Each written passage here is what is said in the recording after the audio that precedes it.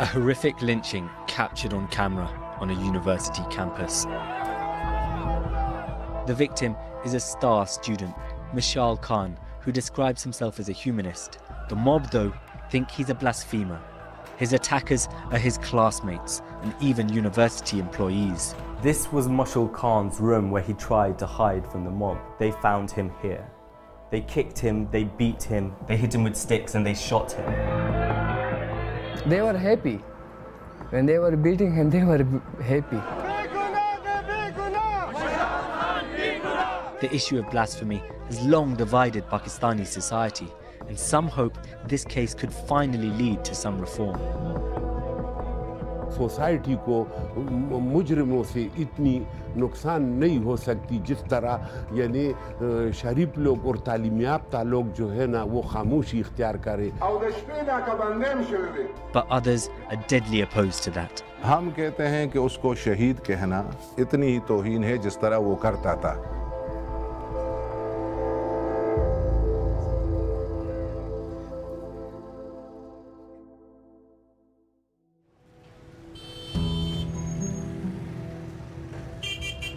This is the village of Zaida in Pakistan's northern Khyber Pakhtunkhwa province. It's where Mashal Khan grew up. And it's where his family still live.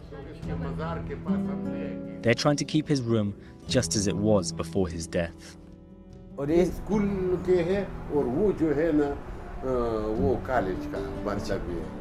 Mashal was a big inspiration for you then, was he, with his awards? He was great inspiration for me because he said, and he did work with me, a lot of work, and he said me that you will get awards like me.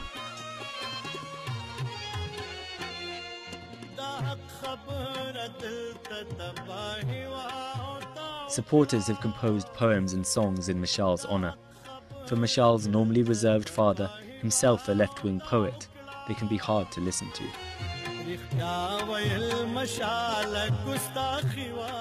और इब्तिदा से कुदरत ने उसको मतलब एक सूफी फलसफी और एक अदीब शायर पैदा किया था और बड़ा प्यार वाला बंदा था और मोहब्बत वाला था, अमन का बात करता था, सब्र का बात करता था, बेतशद्दुद का बात करता था. Mashal spent a year studying in Russia. The experience broadened his horizons. When he came back, he decided he wanted to become a journalist. पहले वो इंजीनियरिंग के लिए गया तो उसने बाद में कहा कि यार मैं सहाफ़ी बनना चाहता हूँ, मैं लोगों के मसाइल की बात कर सकता हूँ और इसके हवाले से मैं सच्चाई भी बयान कर सकता हूँ. Abdul Wali Khan University is one of Pakistan's newest institutions, with a student population of over 12,000. It's just an hour's drive away from Mashal's village. The campus has been closed since Mashal's murder. Over there, that building is the Department of Journalism that he used to study at. Over there is the hostel that he lived in, and it's where he died. Mashal stood out here for his intelligence and his liberal views, but he had plenty of close friends. He's Abdullah. So that's Mashal. That's Abdullah, that's Mashal, that's me. This is him alongside Abdullah, who would also be accused of blasphemy, and Fahim, another journalism student. We are just gossiping. What was your first impression of him when you met him? That he's a kind of a genius guy. What was it about him that made you think that? His thoughts, the way he spoke in the class and that whole thing. He used to read Karl Marx. He was a big fan of Karl Marx. Mashal would debate with more conservative students. He described himself as a Muslim, but also as a liberal. Over time, debates turned to threats. तो इस तरह की बात ये जो blasphemy की बात हो रही इस तरह मेरे सामने कभी उन्होंने नहीं की. He used to discuss with religious fanatics. He knew that, but he used to discuss these things. And what would they talk about? What was their discussions about? About Islam and religion. यही बहस के दौरान मशाल के साथ कोई तकरार हुई थी, तो उसके बाद मशाल तस्बीह लेकर आता था. ये थ्रेट क्यों किया? क्योंकि वो समझते थे कि he is an atheist, agnostic, और वो अपने साथ और लोगों को भी मिला लेगा और स्टूडेंट्स को भी, तो इसको हमें रोकना चाहिए इसको. Did he ever think that he should stop talking about his views, or? Yeah, several times he thought that, but I think he couldn't. He was outspoken. Blasphemy is probably the most emotive topic in Pakistan. It's legally punishable by death. Though no one's ever been executed for it, dozens who've been accused of it have been killed by mobs. In the lead up to Mashal's killing, the authorities were talking about banning all social media to prevent what they call blasphemous material being spread online. And even after Mashal's death, the Pakistan Telecoms Authority sent out this text message to all Pakistanis saying, uploading and sharing of blasphemous content on the internet is a punishable offence under the law. Such content should be reported for legal action. And what critics say is that this kind of message encourages a kind of vigilantism. Blasphemy allegations are often used in Pakistan as a way to settle personal feuds. Mashal's father believes this video of him criticising alleged corruption in the university a few days before his death led to a conspiracy against him. Police have also collected evidence suggesting student politicians, jealous of Mashal's influence, wanted him out of the university. It's hard to know what of that is true. What we do know is that most of those who took part in the violence did believe Mashal was a blasphemer. I think at one time, the notion or the thing or plan of action in Pakistan was that if somebody wanted to get someone killed, they'll go hire what we came to know as target killers, guns for hire, mercenaries. Now, just release a rumor that this guy committed blasphemy. He'll either be killed or forced to leave the country. Dozens of Mashal's fellow students who appeared in the videos of the killings have been arrested. Some were members of religious student organizations, others left-wing ones. I wanted to understand what was behind their brutality. I've managed to get hold of some of their statements to police. One of the statements is from one of Mashal's fellow journalism students. His name's Rajahat, and in it, in the slightly bizarre language of the Pakistani court system, he says he's long accused Mashal of having nefarious and devilish designs, as well as an anti-Islamic attitude. We're about to go and meet Wajahat's father.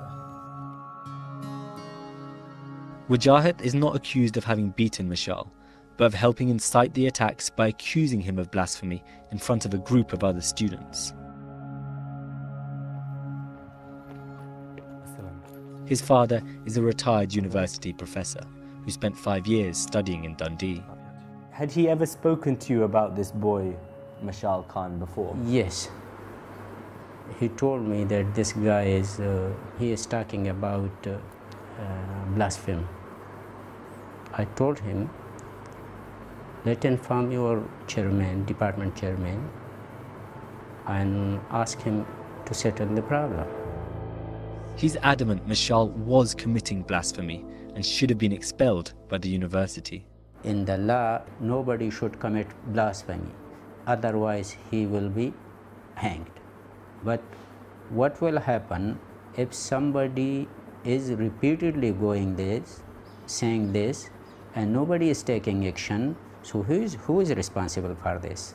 Do you think that Mashal has some responsibility over his own death, basically? Yes, he is responsible for his own death. I think so. If my son commits blasphemy and somebody kills him, so he is responsible for this death. The day of the lynching, it seems, began like any other. Mashal apparently had no idea what was about to happen.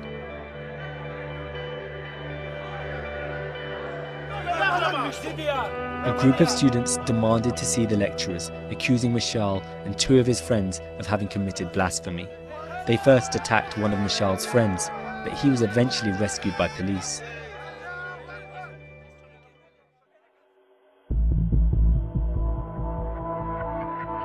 The mob began to swell in number, chanting slogans against Mashal. But Mashal was hiding in his hostel. Friends had warned him the mob was after him. He began frantically calling and texting friends. We've seen some of his last messages. Mashal writes, "They're falsely saying I insulted the Prophet." His friend asks, "Now what's happening?" Then, "Mashal, where are you?" Mashal never replied. The mob found him on the second floor of his hostel. Here's his room. It's still in the same condition. It's kind of incredible. I came here the day after the murder. It's now over a month. And it's like nothing's changed. This room is in exactly the same mess that it was the day Mashal died, down to what seems to be one of his last meals and its remnants lying over there. The only thing that seems to have changed is that here, when I came the day after the murder, he had a poster of Che Guevara and a poster of Karl Marx, and someone's ripped them down.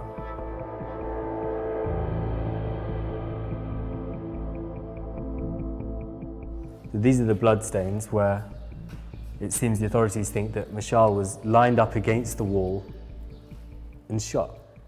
At least 2 eyewitnesses that I've spoken to say that after he was shot, he was still alive, and they tried to carry his body back down the stairs to try and get him some help, because after the shots had rung out, the mob dispersed and they were able to try and rescue him. They told me that his last words that they were saying to him was, he was reciting the Muslim statement of faith, that there is no God but Allah and Muhammad is his messenger. But when they got to the bottom of these stairs, the mob had reassembled and they'd managed to grab his body back. From this point, Mashal's last moments are captured on mobile phones. His fellow students beat him as he lay dying. The videos were instantly shared across Pakistan. Their brutality and the brazen nature of the killers, who make no attempt to disguise their identity, shocked the nation. Mashal was eventually dragged outside. Even long after he was dead, they continued beating his body. Police were present, but were either unable or unwilling to stop them. Even more gathered, some just to watch the spectacle, some to aim a kick or even spit on Mashal's body. They were saying that, "Aao maro ke sawab mile aapko. Laat maro, hit him." They were happy. When they were beating him, they were happy. After killing Mashal, the mob gathered in celebration. Leading them is a local councillor for a mainstream political party, one of the few remaining suspects still at large.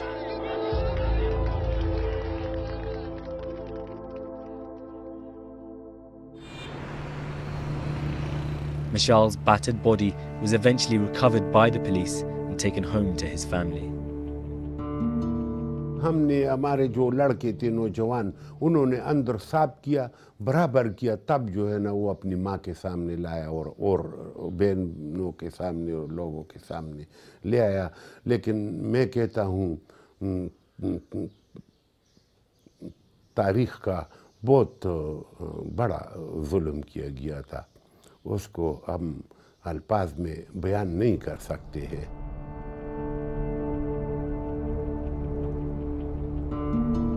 I'm still struggling to understand what led to this massive escalation in violence. Why did the students form a mob now? And what exactly was it they found so offensive? I was hoping that a document I'd obtained, written by one of the accused, Wajahat, might give me a clue. We've got hold of another letter written by Wajahat to a number of religious scholars who he's effectively encouraging to support the killers of Mashal Khan.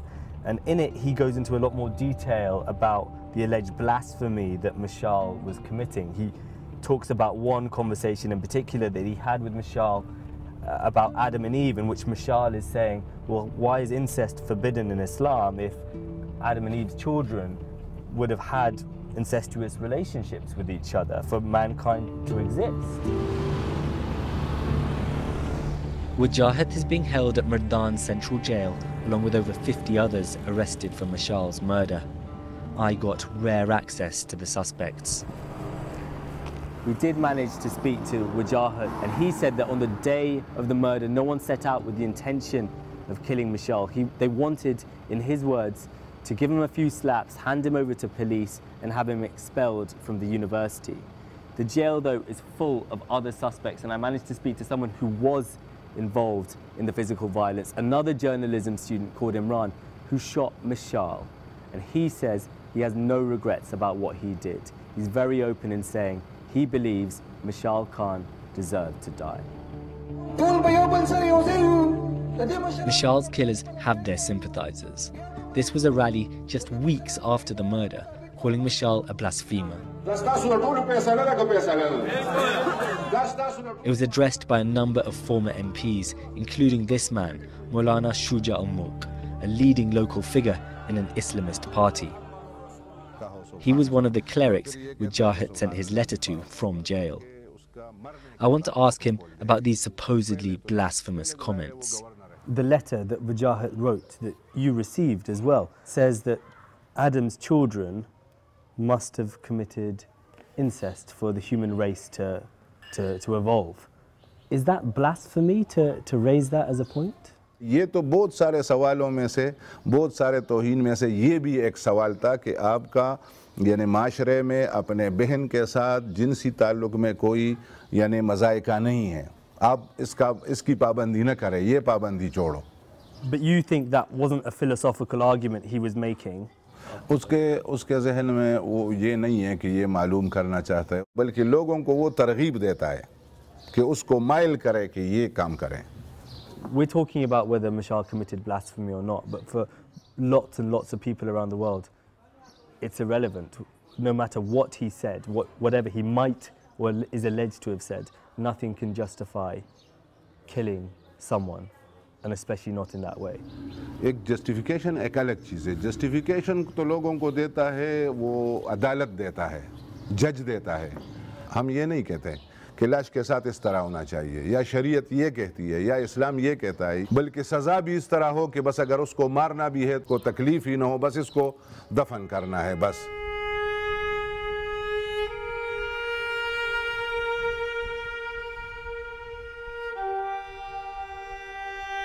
इसको देखकर सुकून भी होता है, क्योंकि ये अजीम इंसानों को जो है ना जब आदमी देखते हैं तो दिल और भी मजबूत होता है.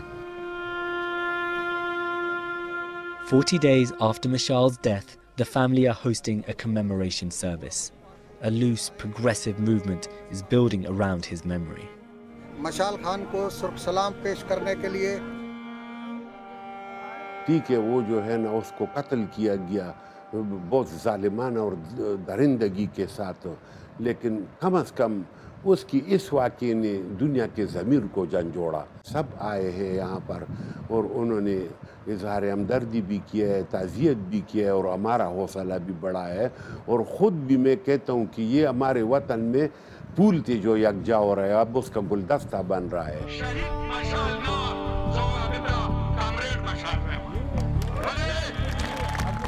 A few thousand turn out for the rally. The red caps belong to supporters of a local left-wing political party. Others are just individuals wanting to show solidarity. None of the mainstream political parties are here, but by Pakistani standards, it's unprecedented given the accusations against Mashal. Banners proclaim him as a martyr. But the movement in honour of Mashal is also gathering enemies. Despite repeated announcements from the police that Mashal had not committed blasphemy, Shuja al-Mulk is convinced he was.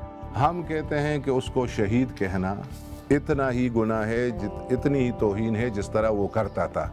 And he is adamant there'll be no change to the blasphemy laws. एक दफ़ा आप कहें कि हमने इस दफ़े में हमने तरमीम करना है, फिर आप धरने देखेंगे, फिर हालात देखेंगे, फिर पाकिस्तान का चलना ये बिल्कुल स्टॉप हो जाएगा. And some people would say, why do you even need a blasphemy law? Because why would God or any of the prophets be worried by someone insulting them? अल्लाह को कोई तकलीफ नहीं है, लेकिन कानून उसी का है कि उसको मारो.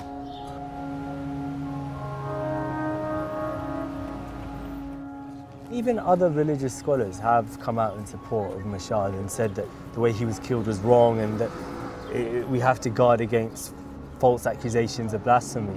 But none of them, and not even any of the secular parties, are really seriously considering or discussing reforming or abolishing blasphemy laws, because it's just such a sensitive topic here, and they know there would be such popular resistance to it. And that's what's so dangerous about it, because these laws are actually, unlike the Taliban, unlike extremist groups, they're actually quite popular here with ordinary people.